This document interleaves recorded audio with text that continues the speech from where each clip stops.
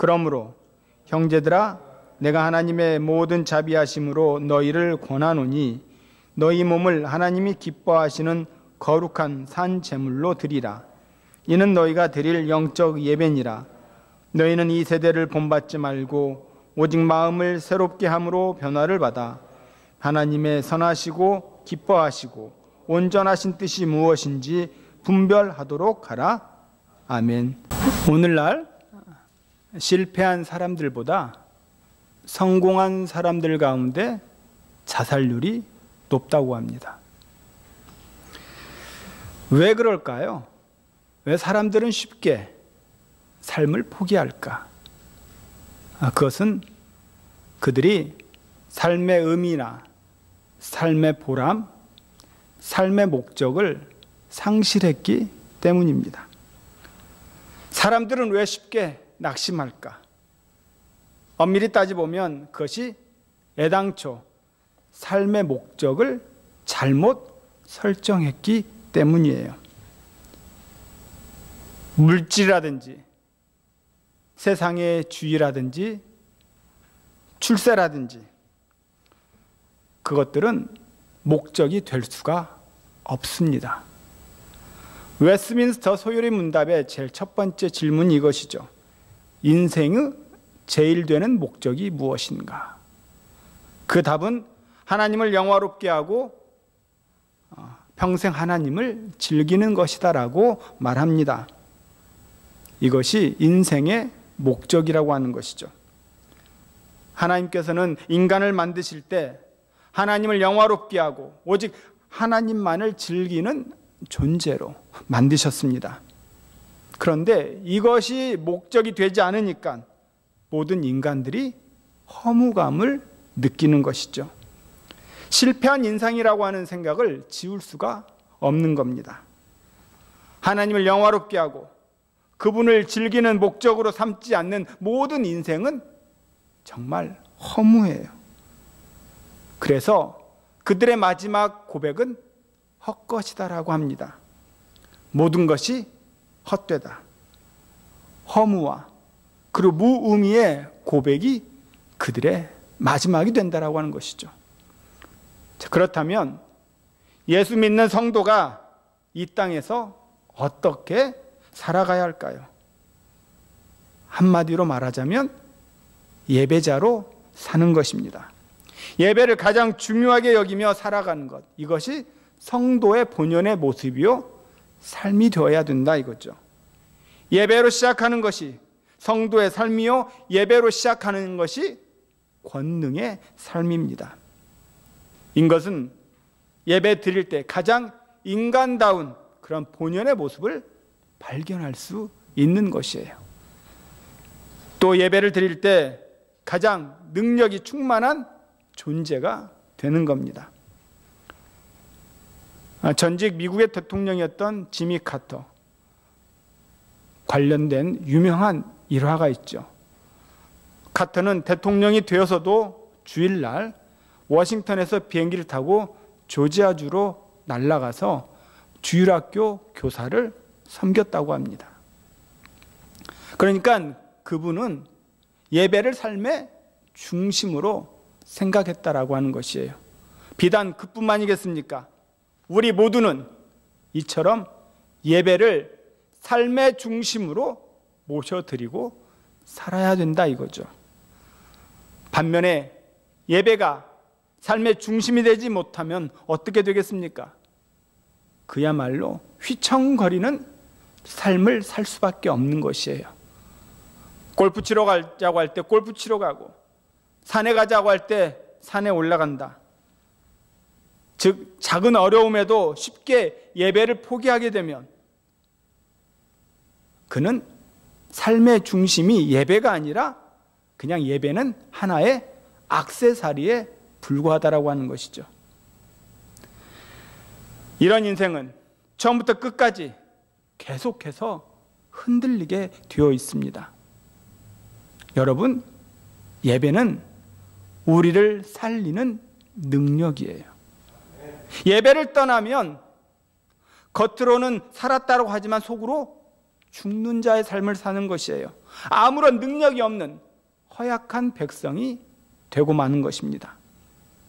아무리 잘 믿는다라고 호언장담하더라도 예배를 한 달, 두 달 드리지 않게 되면 험한 말이 나오게 되어 있는 거죠. 저 세상 사람들과 별반 다를 바 없는 삶을 살게 되는 것입니다. 20년, 30년씩 예수를 믿는 사람이 한 달만 예배를 드리지 않는다라고 개정했을 때 그의 삶은 완전히 흐트러진 삶이 되고 마는 것이죠. 여러분, 예배는 우리에게 생명을 공급해주는 생명줄과 똑같습니다. 예배를 떠나면 생명줄이 끊어지게 되는 것이에요. 생명이 막히게 되는 것이죠. 그래서 죽음을 맛보는, 그래서 아우성치는 그런 인생이 되고 마는 겁니다. 영적으로 살아있는 예배, 하나님이 임재하시는 예배를 드리지 못하면 그 사람의 영혼은 날마다 시들어가는 거죠. 힘이 없는 것입니다. 우리가 무엇을 위해 기도합니까? 우리가 무엇을 위해 준비해야 합니까? 단연코 예배인 거예요. 예배를 위해서 기도로 준비하는 것이죠. 예배를 위해서 준비하는 삶이 우리에게 정말 필요한 것입니다. 그런데 여기서 반드시 짚고 넘어가야 할 것이 있어요. 예배는 나 자신이 준비해야 된다라고 하는 사실이에요. 솔로몬이 그의 조상 아벨이 어린 양의 피로 제사를 드린 것처럼 하나님께 나아갔어요. 아벨과 가인의 제사에서 알 수 있듯이 제물과 형식보다 앞서는 것이 있습니다. 그것은 예배 드리는 자 자신이라고 하는 것이에요. 아벨 자신과 가인 자신이 중요한 겁니다. 즉 예배자가 중요하다라고 하는 것이죠. 여기서 우리는 예배의 갱신이 무엇인지 정확히 알 수 있는 것이에요. 참된 예배의 갱신이라고 하는 것은 예배의 어떤 형식에 변화를 주거나 예배 시간에 변화를 주는 것이 아니라 예배자 자신이 스스로 갱신하는 것을 말하는 겁니다. 누가복음 18장 13절에 세리가 성전에 나가서 기도하는 모습을 바라보세요. 세리는 멀리 서서 감히 눈을 들어 하늘을 바라보지 못하고 다만 가슴을 치며 내가 죄인이로소이다라고 통곡했어요. 그런 세리의 예배를 주님이 받으시는 겁니다. 예배는 예수님의 보혈이 덮어져야 돼요. 믿음으로 아벨은 가인보다 더 나은 제사를 드림으로 의로운 자라 하시는 증거를 얻었다라고 그랬어요. 하나님이 그 예물에 대하여 증언하심이라. 그가 죽었으나 그 믿음으로써 지금도 말하느니라. 아마도 하나님께서는요, 아담이나 아벨에게 피로써 제사 드리는 법을 일러주었을 것입니다. 하나님이 가르쳐 주시지도 않았는데 어떻게 하나님께 영화롭게 예배를 드릴 수 있었겠어요? 하나님이 피로써 제사하는 법을 알려주었던 것입니다. 즉 인간은 죄로 인한 수치심 때문에 하나님 앞에 나갈 수가 없는 거예요. 가죽 옷으로 덮든지 피로 덮든지 무엇으로든지 덮어야 합니다. 그래서 히브리서 10장 19절 20절의 말씀 보면 그러므로 형제들아 우리가 예수의 피를 힘입어 성소에 들어갈 담력을 얻었나니 그 길은 우리를 위하여 휘장 가운데로 열어놓으신 새로운 산 길이요 휘장은 곧 저의 육체니라. 히브리서 기자가 말하는 것은요, 믿음이라고 하는 것은 예수님의 피를 의지하고 그 피로 자신을 덮는 것이다라고 정의를 내리는 것입니다. 가인은 어떻습니까? 말씀에 대한 믿음을 가지고 하나님 앞에 나아가기보다 단지 인간적인 종교성만을 가지고 있었던 자예요. 정말 내가 진지해지고 싶다. 내가 정말 기도하고 싶다. 무엇인가에 의지하고 싶다. 무엇인가에 기도하고 싶다. 이런 종교성만을 가지고 있던 자가 바로 가인입니다. 하나님은 가인의 제사는 받지 않으신 거죠. 즉 가인의 제사는요, 피 없는 예배, 세련된 예배, 절제 있는 예배를 추구하는, 즉 종교성이 발로였다라고 하는 것이죠. 이와 반면에 아벨의 제사는 어떠했습니까? 아벨은 피비린내나는 그런 예배를 드렸어요. 잔인한 예배, 섬뜩인 그런 예배를 드렸습니다. 어린 양을 잡았어요. 그 예배를 주님께서 받으셨다 이거죠. 하나님이 받으시는 예배는요, 바로 예배를 드리는 사람도 알 수 있어요. 예배를 드리는 아벨도 알았고 가인도 알았던 것이죠. 예배를 드리는 순간 하나님의 찾아오시는 누군가의 개입을 알았던 것입니다. 자기 외에 다른 요소가 개입되고 있다는 것을 느끼는 것이죠. 대단히 진지해지고 두려워하게 되는 셈입니다. 자신의 속사람이 새로워지고 있음을 느끼게 되는 것이죠. 제가 어느 교회에 말씀을 전하는데 그 교회는 정말 노숙자들만 모이는 교회입니다. 그런 자들 앞에 말씀을 전할 때에 얼마나 말씀을 정말 잘 받아들이는지 사이사이 두 손을 들고 아멘 하면서 받아먹는 그러한 분들, 우리가 보기에는 삼류라고 일컫는 저들이 예배만큼은 정말 진지하고 섬뜩이는 예배를 드리는 모습을 보았을 때에 저는 진실로 예배가 어떤 예배인지를 그 자리에서 확인할 수 있었던 것이죠. 속사람이 새로워지고 거듭나지는 것을 느꼈던 그 예배는 저 뇌리를 떠나지 않았습니다. 예배에는 크게 두 가지가 있어요.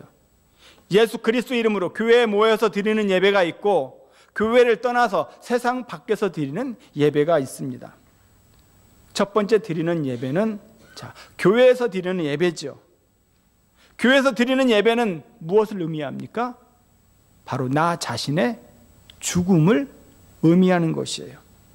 오늘 본문처럼 형제라 내가 하나님의 모든 자비하심으로 너희를 권하노니 너희 몸을 하나님이 기뻐하시는 거룩한 산 제사로 드리라. 이는 너희의 드릴 영적 예배니라.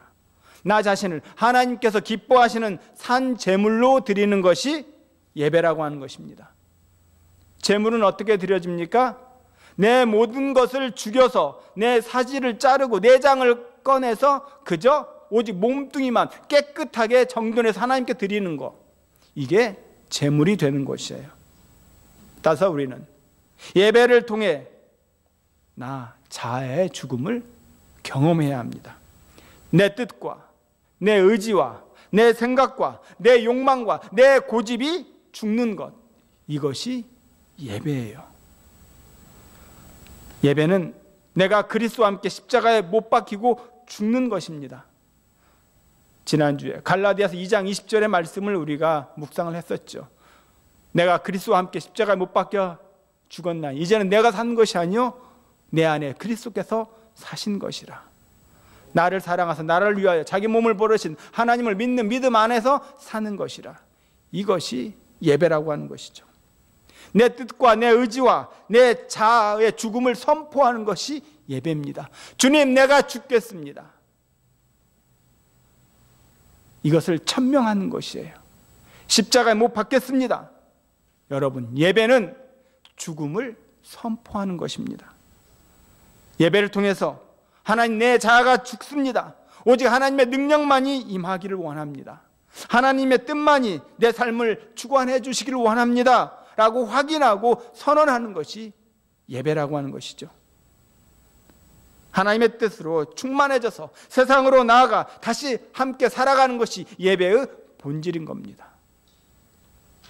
교회에 나와서 예배 드린다라고 하지만 전혀 예배를 드리지 못하는 성도도 있어요. 말씀을 들어도 들리지가 않습니다. 자기 고집으로 듣죠. 자기 안경을 끼고 듣죠.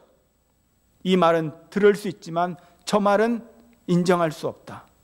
그렇게 예배를 드린다면 그것은 예배자의 모습이 아니라 심판자의 모습이라고 하는 거죠. 하나님의 말씀을 우리가 심판해서는 안 된다 이겁니다. 또한 예배를 드릴 때 우리는 우리의 전부를 다 드려야 돼요. 예배의 장소를 떠나게 될 때, 내가 하나님 앞에 드릴 경배가 아직 남아있다, 그러면 여전히 교회를 떠나지 아니하고 그 자리에 앉아서 계속 다 드릴 때까지 남아있는 것입니다. 모든 찬양을 다 드리는 거예요. 우리 속에 있는 모든 영광을 다 드리는 것, 이것이 예배가 되어야 합니다. 내가 가지고 있는 모든 것을 다 주님께 드리는 것, 부족함이 없어야 합니다. 그런 마음이 있어야 그것이 예배라고 하는 것이죠. 저는 오늘부터 우리 성도들이 예배를 다 마치고 오늘 이 예배를 통해서 주어지신 하나님의 은혜를 생각하면서 5분 정도 남아서 묵상하며 기도할 수 있기를 바랍니다. 예배를 다 끝나고 나가기가 무섭게 떠나지 않고 그 자리에 남아서 오늘의 말씀을 생각하면서 기도할 수 있는 시간들로 여러분들을 만날 수 있기를 바랍니다. 또한 예배는요, 위로부터 내려오는 능력을, 은혜를 받는 것이에요. 예배는 드리는 것도 있고 받는 것이어야 합니다. 무엇을 받습니까? 예배를 통해서 하나님의 용서를 받는 것이에요.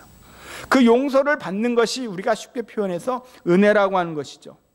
용서를 받아야 성도는요, 세상에 나가서 새롭게 시작할 수 있습니다. 용서함 받지 아니하고 죄사함 받지 않고 능력의 삶을 우리는 세상 속에서 살 수가 없는 것이에요.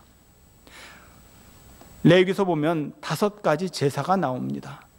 번제와 소제와 화목제와 속건제와 속죄제가 나오죠. 번제는 헌신을 말하는 겁니다. 소제와 화목제는 자발적으로 드리는 헌신적인 예배예요. 속죄와 속건제는 의무적으로 드리는 것입니다. 속건제는 이웃과의 관계를, 잘못된 문제를 가지고 하나님 앞에 용서를 구하는 것이 속건제예요. 힘이 미치지 못하면, 죄는 너무나 큰데 큰 것을 가지고 나가지 못하면 보리 한 움큼만이라도 가지고 와서 의무적으로 예배를 드려라. 이것이 속건제죠. 하나님께서 용서하고 싶어서 우리를 초청하는 겁니다. 예수님은 단번에 드림으로 하나님의 자녀로 설 수 있는 그런 우리를 인도하신 거예요. 예배를 통하여 우리는 예수님의 용서를 받는 겁니다. 미래를 받는 것이에요. 이처럼 예배는 드리는 것과 받는 것 두 가지가 다 있어야 합니다. 여러분, 내가 오늘 가지고 올라온 전부, 하나님께 영광을 쏟아 부을 전부를 다 드리시고 하나님으로부터 용서를 받고 은혜를 누릴 수 있기를 축원합니다. 또 예배는요, 교회 밖에서의 삶으로 드리는 예배가 있어요. 너희는 이 세대를 본받지 말고 오직 마음을 새롭게 함으로 변화를 받아 하나님의 선하시고 기뻐하시고 온전하신 뜻이 무엇인지 분별하도록 하라. 세상 밖에서 드려지는 예배가 얼마나 중요합니까? 예배는 교회 안에서 국한된 것이 아니에요. 우리 삶 전체로 확장이 되어야 합니다. 우리가요, 이 세대를 본받지 않는 것이 예배라고 하는 거죠. 그래서 분별하도록 하라 그랬어요. 오직 마음을 새롭게 함으로 변화를 받는 것이 예배입니다. 모든 사람들이 바쁘다면서 세속적인 일에 매달려 있어도 하나님의 말씀을 사모하며 말씀을 묵상하고 말씀을 지키는 것이 예배라고 하는 것이죠. 세상 사람들이 전부 부정을 저지르더라도 나만은 하나님의 말씀 앞에 올바르게 살겠다라고 하는 것, 이것이 예배라고 하는 겁니다. 따라서 예배자에게는요, 핍박이 찾아올 수 있어요. 조롱을 받을 수 있습니다. 환난을 당할 수 있어요. 왜냐하면 삶을 통해서 예배 드리기로 결심했기 때문입니다. 그러나 절대 그것은 손해가 아니에요. 마이너스적인 삶이 아닙니다. 하나님이 우리를 인정하시고 하나님이 기뻐하시는 그런 영적인 자녀로 바라본다 이거죠. 우리가 잘 알고 있는 청교도들은요, 교회에서도 거룩하고 세상에 나가서도 멋대로 삶을 사는 것이 아니라 거룩해야 된다라고 계속 가르치고 있습니다. 즉 청교도적인 삶은요, 삶 전체가 예배라고 하는 것이에요. 설교하는 일도 거룩하지만 목동이 양떼를 지키는 것, 농부가 농사를 짓는 것, 이 모든 것, 천직이 예배다라고 이야기하고 있습니다. 예배 드리는 마음으로 장사하고 예배 드리는 마음으로 가르쳤다 이거죠. 이런 청교도적인 삶이 교회 밖에서 우리들의 삶으로 나타나야 된다라고 하는 것이죠. 이런 청교도적인 삶이 있어서 상공업이 발달하고 정직한 전통과 도덕이 새롭게 세워지기 시작을 했던 것입니다. 그렇다면 우리의 문제는 무엇일까요? 교회 안에서는 예배 드린다고 하면서 세상에 나가서 예배와 동떨어진 삶을 사는 것, 이런 이원론적인 삶을 사는 것이 우리의 문제입니다. 우리 모두는 교회에서뿐만이 아니라 세상에 나가서도 예배 드리는 삶을 살아야 합니다. 어떤 도둑질하는 것이 직업인 사람이 있어요. 이 사람은 주일 성수를 꼬박 지켰고 금요일 날은 새끼 금식까지 했습니다. 그래서 친구인 도둑이 너 그렇게 살 것 같으면 교회 나가지 말아라. 그랬더니 그 도둑질하는 직업을 가진 자가 주일 성수하고 금요일 날 금식하는 것은 나의 신앙이요, 도둑질하는 것은 내 직업이다라고 이야기합니다. 저는 이런 마음과 생각을 갖지 않기를 바랍니다. 우리는 어떨까요? 우리는 정말 신령과 진정으로 하나님께 예배하고 있습니까? 일터와 과전과 우리의 손에 닿는 모든 일에 주일 예배의 향취가 배고 있습니까? 내가 내리는 모든 결정이 하나님을 향한 예배가 되어야 합니다. 내가 나누는 대화가, 그리고 내가 드리는 기도가 다 이 모든 것이 예배가 되어야 된다 이거죠. 이것이 하나님께서 우리에게 요구하시는 신령과 진정의 예배요, 하나님은 오늘도 이런 예배를 받으시고 있습니다. 삶의 현장에서 복음을 전파의 기회로 삼는 분이 있어서 제가 소개하고자 합니다. 그분은 이발사예요. 그래서 이발하러 오시는 분을 앉혀놓고 한 30분 걸리지 않습니까? 그 꼼짝달싹 못하는 그 자리에서 그는 복음의 기초 지식, 예수 그리스도의 십자가의 죽음과 부활과 영생에 대해서 이야기합니다. 꼼짝 못하고 다 듣는 거죠. 그리고 마지막에 가서 우리 교회 나갑시다라고 전도하는 이분, 이 이발사는 1년에 이렇게 해서 100명을 전도합니다. 이것이 우리가 직업 속에서 하나님께 영광을 돌리는 참다운 예배자의 모습이라고 하는 것이죠. 저 또한 여러분과 함께 여러분의 삶 속에서 정말 삶으로 드려지는 그 예배가 나타나기를 주의 이름으로 축원합니다. 우리 하나님 사랑하는 성도 여러분, 우리는 어둠 가운데 빛을 비추는 존재들이에요. 돈 많이 벌라고 우리에게 비즈니스를 준 것이 아닙니다. 천직을 준 것이 아니에요. 출세하라고 우리에게 직분을 주신 것이 아닙니다. 직업은 하나님의 나라와 하나님 나라의 그 탁월성을 증명해 보이도록 허락한 주님의 기회인 것이에요. 주님이 주신 그 기회를 주님께 영광을 돌리지 못하고 주님 앞에 내어놓지 못한다면 우리는 정말 부끄러운 그런 삶을 살고 있지 않나 생각합니다. 우리는 흩어져서 몸으로 예배를 드려야 합니다. 그것이 우리가 이 삶 속에서 하나님이 허락하신 그 존재의 이유라고 하는 것이죠. 구원받는 자, 변화된 자의 모습, 생활 속에서 부흥을 맞이하는 자, 바로 예배하는 자의 모습 속에서 나타나는 것입니다.